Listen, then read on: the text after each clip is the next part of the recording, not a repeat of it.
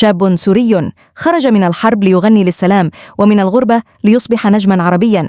إنه الشامي، اسمه الحقيقي عبد الرحمن فواز، ولد في دمشق عام 2002، وبسبب الحرب انتقل مع عائلته إلى تركيا، وهناك بدأت رحلته مع الفن. صوته كان مختلفاً وإحساسه قريب من القلب. أطلق أولى أغانيه في عام 2018، لكن الانطلاقة الحقيقية كانت مع أغنية One Day سنة 2021، وبعدها بدأت الناس تحفظ صوته قبل اسمه. أغنية يا ليل ويا عين كانت لحظة الانفجار الفني، أكثر من 200 مليون مشاهدة وملايين حفظوا اللحن عن ظهر قلب.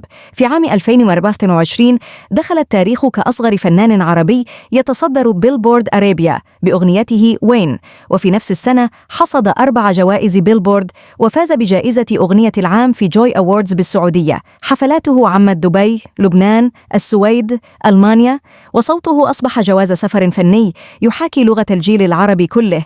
أما في عام 2025 نزلت أغنيته دكتور وتخطت 144 مليون مشاهدة خلال أشهر. أسلوبه مزيج بين التراب والراب واللحن الشرقي، وصوته فيه حزن، فيه حنين، لكن فيه أمل أيضاً. من دمشق إلى قلب كل مستمع، هذا هو الشامي، صوت الغربة وصوتنا